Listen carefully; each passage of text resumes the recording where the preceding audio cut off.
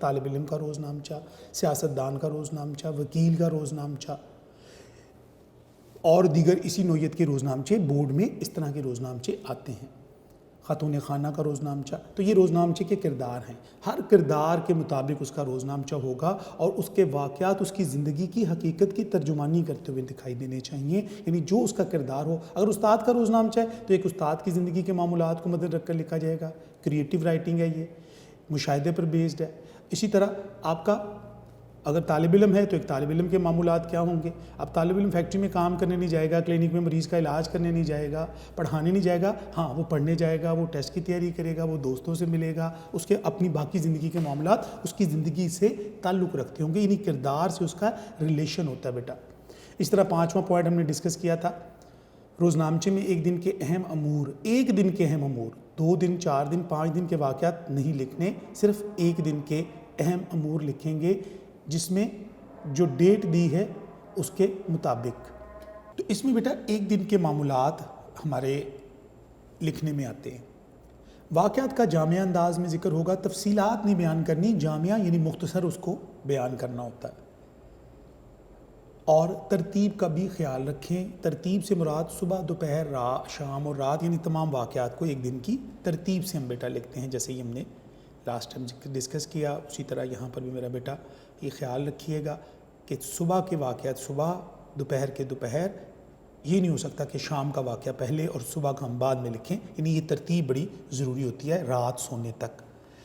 6واں point ہم نے discuss کیا کہ روزنامچہ ذاتی نوعیت کی تحریر ہے، اس میں لکھنے والا اپنے مشاہدات اور تاثرات بیان کرے اور اظہار کے لیے شعر، آیت، حدیث، قول یا دعا بھی لکھ سکتا ہے، یعنی یہ اس کی ذاتی نوعیت کی چیز ہے، ایک پرسنل رائٹنگ ہے اس کے اپنے محسوسات ہیں، اس کی فیلنگز ہیں، وہ جن چیزوں کو دیکھ کر کیا محسوس کرتا ہے، اچھا محسوس کرتا ہے، دکھ محسوس کرتا ہے، خوشی محسوس کرتا ہے، اس کے جو بھی مشاہدات ہیں اس کو اس نے تاثرات کو قلم بند کرنا ہے، لکھنا ہے، اور اس کے لیے وہ کوئی بھی سہارا لے سکتا ہے ان حوالہ جات میں سے۔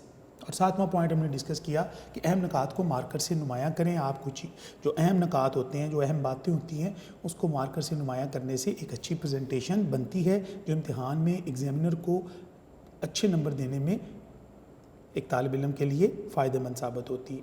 تو اب ہم چلتے ہیں اپنے روزنامچوں کی طرف۔ بیٹا یہ میں نے تھوڑا سا سمری دوبارہ ڈسکس کی آپ سے۔ اب ہم نے ایک روزنامچہ نمبر 1 ہم نے سیاستدان کا روزنامچہ پڑھا تھا، دوسرا ہم نے بے روزگار نوجوان کا روزنامچہ پڑھا تھا، اور آج ہم سٹارٹ کرنے جا رہے ہیں تاجر کا روزنامچہ۔ تاجر کہتے ہیں بیٹا تجارت کرنے والا، جیسے کوئی شاپ ہوتی ہے، کوئی تجارت کرتا ہے، کوئی چیزوں کی خرید و فروخت کرتا ہے، مال بیچتا ہے اپنا، وہ تاجر کہلاتا ہے، ٹریڈ جو کرتا ہے۔ تو یہاں پر ہم ایک تاجر کا روزنامچہ پڑھتے ہیں کہ اگر ایک تاجر اپنا روزنامچہ لکھے تو اس کا یہ انداز ہوگا، اور وہ بنیادی ہدایات جو میں نے آپ کو دی وہ آپ کو اس روزنامچے میں دکھائی دیں گی، انہی اصولوں کے اوپر ہی روزنامچہ یہاں آپ دیکھ سکتے ہیں۔ سب سے پہلے دائیں طرف جمعۃ المبارک 5 جولائی 2020 لکھا ہوا ہے، ڈیٹ آپ بدل بھی سکتے ہیں، جولائی کی جگہ جون لکھ لیجئے، مئی لکھ لیجئے، لیکن سن تقریباً سب کا وہی رکھیے جس سن کا یہ امتحان کے اندر آپ بیٹھیں گے، پیپر دیں گے، سن کا خیال رکھیے۔ پہلی لائن جی بیٹا آغاز کرتے ہیں، تاجر کا روزنامچہ نمبر 3۔ حسب معمول آج دن کا آغاز بھی فجر کی نماز کی ادائیگی سے ہوا، تھوڑی دیر سیر کی، گھر آ کر ناشتہ کیا، اخبار دیکھا اور پھر وقت گزارنے کے لیے صحن میں لگے پودوں کی دیکھ بھال میں مصروف ہو گیا، یعنی روزنامچے کا آغاز دن کے معمولات سے ہوا ہے، تفصیل بیان نہیں ہوئی، صرف ذکر کیا ہے، ایک جامع انداز اختیار کیا جا رہا ہے، ناشتے میں کیا کھایا کیا نہ کھایا، اخبار میں کیا خبریں پڑھی، اس کو ڈسکس نہیں کیا، ڈیٹیل ڈسکس نہیں کی۔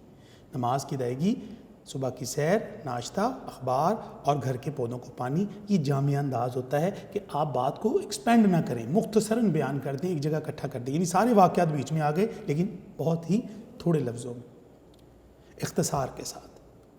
اگلا پیراگراف بیٹا دیکھیے، میں سوچ رہا تھا کہ جب میں نے ہوش سنبھالا تو والد محترم دکان چلاتے تھے، صبح سویرے ناشتہ کر کے جلدی مارکیٹ روانہ ہو جاتے تھے، جب میں نے ان کے ساتھ جانا شروع کیا تب بھی یہی صورتحال تھی، لیکن اب تو زندگی کے دوسرے معاملات کی طرح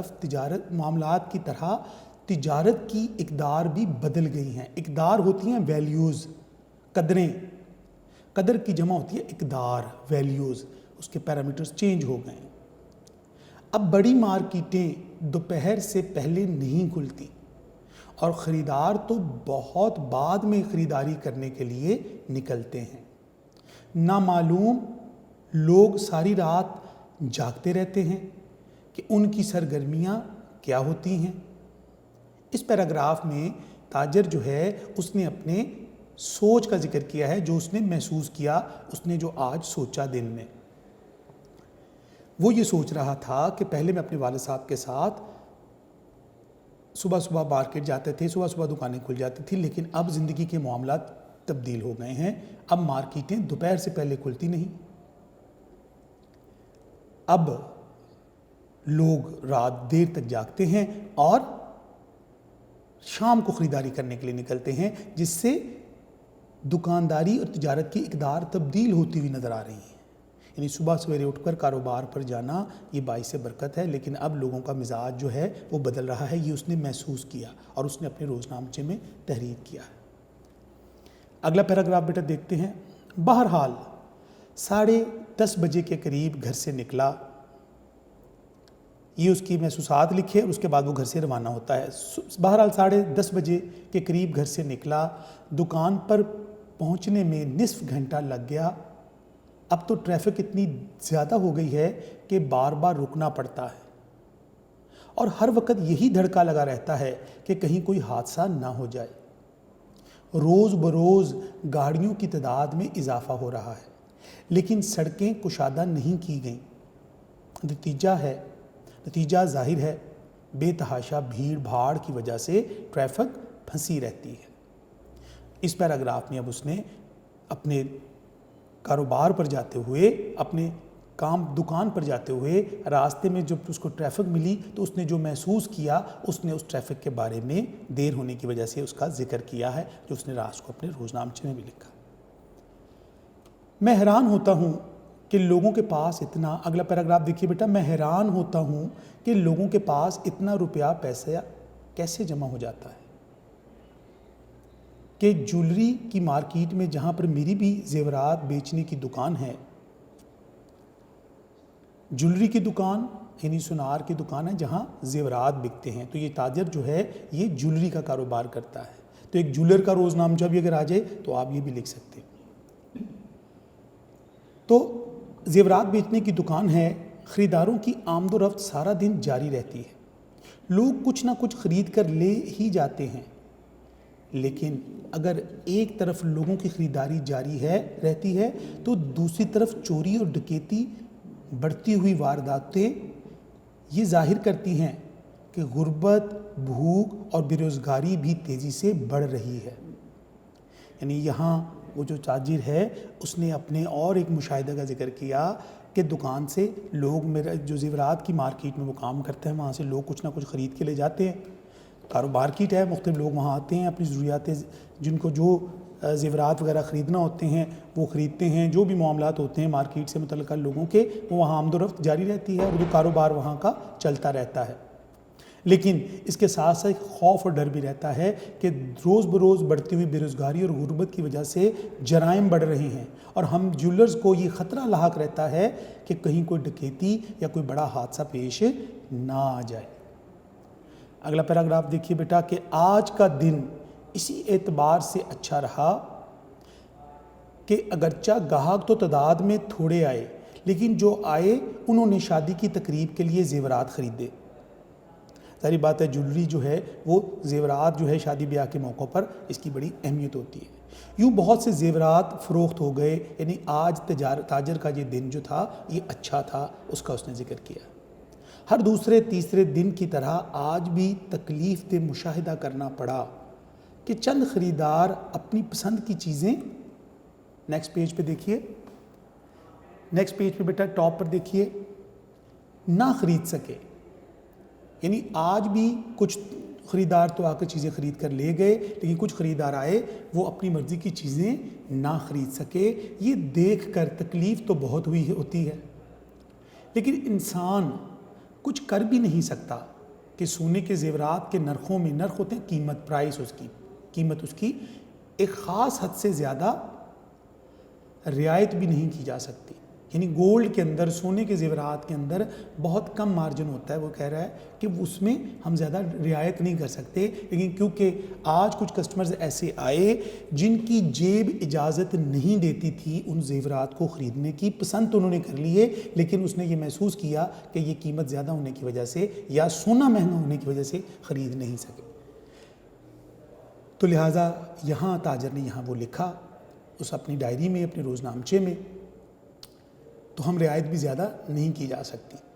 اللہ کرے کہ ہمارے ملک میں لوگوں کا معیار زندگی بہتر ہو، یعنی لوگ اپنی پسند کی اشیاء خرید سکیں، لوگ اپنی آرزوؤں کو پورا اور اپنے خوابوں کو شرمندہ تعبیر کرتے ہوئے دیکھیں۔ یعنی خوابوں کو شرمندہ تعبیر کرنا یعنی خواب پورے ہوتے ہوئے دیکھنا۔ آمین۔ اس دعا کے ساتھ یہ دعائیہ کلمات ہیں جس پر جو تاجر ہے، جولر جو ہے، انہوں نے یہ اظہار کیا اس چیز کا آخری سطور میں کہ اللہ کرے کہ ہمارے ملک میں لوگوں کا معیار زندگی بہتر ہو، لوگ خوشحال ہوں، لوگ اچھا کھائیں، اچھا پہنیں، بنیادی سہولیات ان کو میسر ہوں، اور لوگ اپنی ضرورتوں، اپنی خواہشوں اور اپنے خوابوں کو پورا ہوتا ہوا اپنی آنکھوں سے دیکھیں۔ اور اس دعا کے ساتھ، یہ آمین کے ساتھ، یہ روزنامچہ ختم ہوتا ہے۔ تو بیٹا اگلا روزنامچہ آگے دیکھتے ہیں بیٹا، روزنامچہ نمبر 4۔ روزنامچہ نمبر 4 وکیل کا روزنامچہ۔ اب یہ وکیل کردار جو ہے یہاں وکیل صاحب کا ہے، وکیل جن کا کام قانون کے مطابق لوگوں کو انصاف دلوانا اور عدالتوں میں جج کے سامنے اپنے دلائل رکھنا، یعنی ایک ایسا پیشہ جو قانون سے وابستہ ہے۔ اب یہ روزنامچہ جو ہوگا پورا بیٹا، یہ آپ دیکھیے، اب ہم دیکھتے ہیں، اس کو پڑھتے ہیں، اور وہی ہدایات جو ہم نے پیچھے ڈسکس کی تھی انہی کی روشنی میں ہمیں یہ دیکھیں گے کہ وہ تمام چیزیں ہمیں یہاں پر نظر آتی ہیں۔ حسب روایت سب سے پہلے تاریخ دائیں طرف لکھی، جمعرات 4 جولائی 2020۔ شروع کرتے ہیں جی۔ روزنامچہ نمبر 4۔ آج تو وقت گزرنے کا احساس ہی نہیں ہوا، صبح سے رات ہو گئی۔ عدالت میں پیشی پر پیشی ہوتی رہی۔ پیشی سے پیشی ہونا یعنی عدالت میں پیش ہونا۔ جو وکیل ہوتے ہیں انہوں نے عدالت میں اپنے جو جج صاحبان ہوتے ہیں ان کے سامنے پیش ہونا ہوتا ہے کسی بھی مقدمے کی پیروی کے سلسلے میں، تو اس کو پیشی کا لفظ بولتے ہیں۔ یہ تو اللہ کا شکر ہے کہ آج جتنے بھی مقدموں میں پیش ہونا تھا وہ ایک ہی عدالت میں تھے، ورنہ بعض اوقات جب مختلف عدالتوں میں مقدمات کی پیروی کے لیے جانا پڑتا ہے تو بڑی پریشانی ہوتی ہے۔ مختلف عدالتوں میں کیوں جانا پڑتا ہے وکیل کو بیٹا؟ اس لیے کہ ایک سیشن کورٹ ہے، ہائی کورٹ ہے، اس طرح دوسری مثالتی عدالتیں ہیں، ہر کیس کی نوعیت کی عدالتوں میں فرق ہوتا ہے۔ لیکن آج کا دن اس لیے اچھا رہا کہ ایک ہی عدالت میں جتنے بھی کیس تھے وہ ایک ہی عدالت میں تھے، یعنی اس کی مختلف جو جج صاحبان کے پاس پیش ہونا تھا وہاں اپنے مقدمے کی پیروی کرنی تھی، لہٰذا اس لحاظ سے اچھا رہا۔ لیکن وقت سارا دن نہیں ملا، بہت زیادہ مصروف دن گزرا، جس کا ذکر وہ رات کو اپنی ڈائری میں کر رہے ہیں۔ اگلا پیراگراف بیٹا دیکھتے ہیں کہ آج ایک مقدمے کے علاوہ تمام مقدمات آئندہ پیشی تک ملتوی کر دیے گئے، یعنی ایک مقدمے کے علاوہ باقی جتنے بھی مقدمات تھے جن کی پیروی کے لیے وہ وہاں پیش ہوئے تھے وکیل صاحب، ان کو ملتوی کر دیا گیا، یعنی نیکسٹ ڈیٹ دے دی گئی۔ جس مقدمے کا فیصلہ آج سنایا گیا ہے یہ مقدمہ زمین کی ملکیت کے حوالے سے تھا، یعنی پراپرٹی کا کوئی کیس تھا، اور عرصہ دراز سے چل رہا تھا۔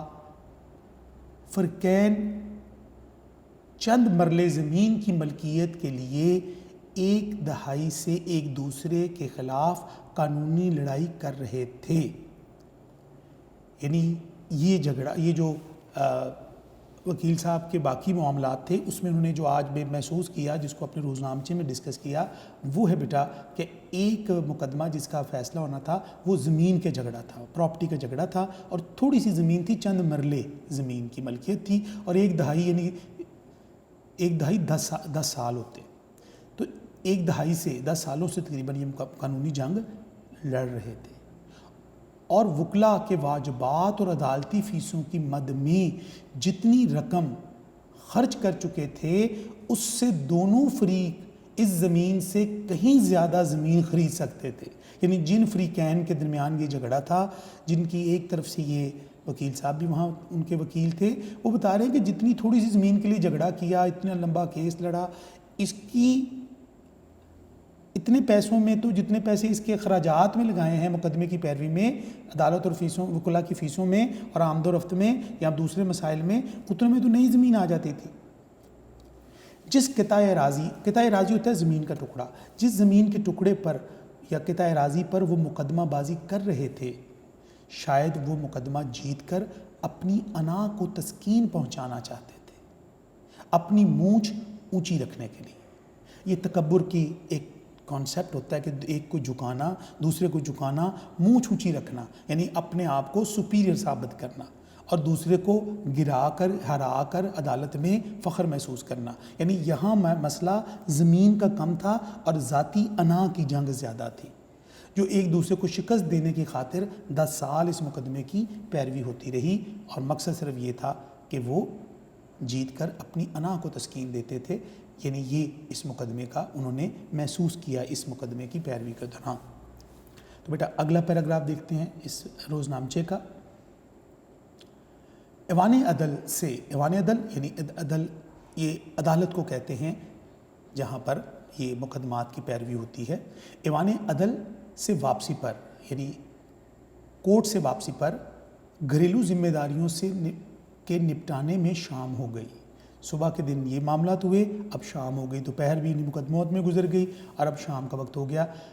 شام ہو گئی، آج تو کمر سیدھی کرنے کا موقع بھی نہ ملا کہ سپہر کے بعد چند دوست ملنے آ گئے. عشاء کی نماز پڑھ کر دوستوں سے ملاقات ہوئی، اس کے بعد رات ہو گئی تو عشاء کی نماز پڑھ کر مقدمات کی دستاویز دیکھی. مقدمات یعنی جن کی وہ پیروی کر رہے تھے ان کی اس کے جو ڈاکومنٹس ہیں، دستاویزات، ڈاکومنٹس دیکھیں جن کی پیروی کے لیے کل عدالت میں پیش ہونا ہے. یعنی وکیل صاحب کیونکہ ظاہری بات ہے عدالت میں جس کیس کے لیے جائیں گے، جج کے سامنے پیش ہوں گے، اس مقدمے کے لیے قانونی جو دلائل ہیں، جو نقطے ہیں، اس کی تیاری کریں گے، وہ پہلے دیکھیں گے. تو لہٰذا جن کی پیروی کے لیے کل عدالت میں پیش ہونا ہے، ایک دو مقدمات میں بحث ہوتی ہے، وہ نکات نوٹ کیے جن کے گرد بحث کے گھومنے کا امکان ہے، یعنی اس کی تیاری کی. اس طرح ایک مقدمہ ایسا بھی ہے جس میں گواہان پر جرح ہونی ہے، یعنی گواہ کے اوپر جرح کی جائے گی، اس پہ بحث کی جائے گی، گواہوں سے بات ہوگی وہاں پر. مقدمے میں گواہوں پر جرح اور پھر بحث پر، یہ دو مرحلے ایسے ہوتے ہیں جن پر بڑی حد تک مقدمے کے فیصلے کا انحصار ہوتا ہے. جو وکیل صاحب جرح نہیں کر پاتا یا بحث کے دوران بہتر دلائل نہیں دے پاتا، عام طور پر کامیاب نہیں ہو پاتا. یعنی جو وکیل جرح اچھی نہیں کرے گا، دلائل اچھے نہیں دے گا، بحث اچھی نہیں کرے گا، اپنے جو گواہان آئے ہیں ان سے وہ چیزیں نہیں پوچھے گا جو مقدمے کے اندر اس کو کامیابی کا جس پہ انحصار ہوتا ہے، تو بیٹا اس میں وہ یہ بات کر رہے ہیں یہاں پر کہ وہ بڑی تیاری کرنا بڑا ضروری ہے. اگر پہلے سے مقدمے کی پیروی کے لیے تیاری کر لی جائے تو انسان پورے اعتماد کے ساتھ عدالت میں حاضر ہوتا ہے، یعنی کانفیڈنٹ ہوتا ہے، اس کو یقین ہوتا ہے کہ جو وہ بات کر رہا ہے اس پر اس کی گرپ ہے. یہ سطور لکھتے ہوئے نیکسٹ اور آخری پیراگراف بیٹا دیکھیے کہ یہ سطور لکھتے ہوئے میرا ذہن مسلسل سوچ رہا ہے کہ آج کل عدلیہ کی بحالی کے لیے وکلا تحریک بھی چل رہی ہے اور عدالتی کارروائی کے بائیکاٹ کا امکان بھی آئے دن رہتا ہے، جس سے موکل تو پریشان ہوتے ہیں، وکلا کی اکثریت بھی مالی پریشانیوں سے دوچار ہو رہی ہے. یعنی اس پیراگراف میں انہوں نے ذکر کیا کہ ہم نے اس طریقے سے اس بات کو لے کے چلے. اب حالات اگلا پیراگراف میں جو بات شروع ہو گئی کہ عدالتوں کی بحالی کے لیے اسٹرائک وغیرہ ہو رہی ہیں, عدلیہ بحالی کی بات ہوگی, اور پھر اگر عدالتوں میں مقدمات کی پیروی نہیں ہوگی اور پھر فریقین نہیں آئیں گے تو وکلا کا کاروبار جو ہے, جو ان کو فیس ملتی ہے مقدمے کی پیروی اور قانونی معاملات میں معاونت کرنے کے سلسلے میں, وہ نہیں ملتی. تو اس طرح وکلا کی مالی پریشانی میں اضافہ ہو رہا ہے. لیکن وکلا کے ساتھ ساتھ اظہار یکجہتی کے لیے وہ چاروں ناچار عدالتی بائیکاٹ کرنے پر مجبور ہوتے ہیں نہ چاہتے ہوئے بھی. ہمارے یہاں عدالتی نظام ایسا ہے کہ اگر کوئی مقدمہ حسب دستور بھی چلتا رہے تو فیصلہ ہونے میں کئی سال لگ جاتے ہیں, اور اگر عدالتی کارروائی کا بائیکاٹ بھی ہوتا رہا تو آئندہ سالوں میں مقدمات کے انبار عدالتوں میں جمع ہو جائیں گے اور لوگ اپنے مقدمات کے فیصلوں کو ترستے رہیں گے. اللہ تعالی ہمیں اس بحران سے جلد از جلد نجات دلائے, آمین. آخر میں وہ دعا کر کے بات کو ختم کر رہا ہے.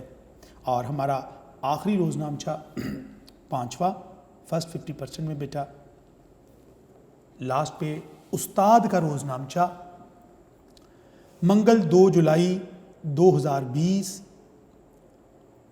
زندگی کا ایک اور دن گزر گیا. اب تو زندگی اتنی غیر یقینی اور غیر محفوظ ہو گئی ہے کہ جو لمحہ خیر و عافیت سے گزر جائے غنیمت ہے. حسب معمول آج میں صبح کی اذان کے ساتھ بیدار ہوا. یعنی استاد صاحب اپنی زندگی کے معاملات بتا رہے ہیں. جو استاد ہوں گے ان کے معاملات ان سے ملتے جلتے ہوں گے. آج صبح کی اذان کے ساتھ بیدار ہوا یعنی اٹھا, جاگا, نماز فجر ادا کی اور سیر کے لیے گھر کے قریبی پارک میں چلا گیا.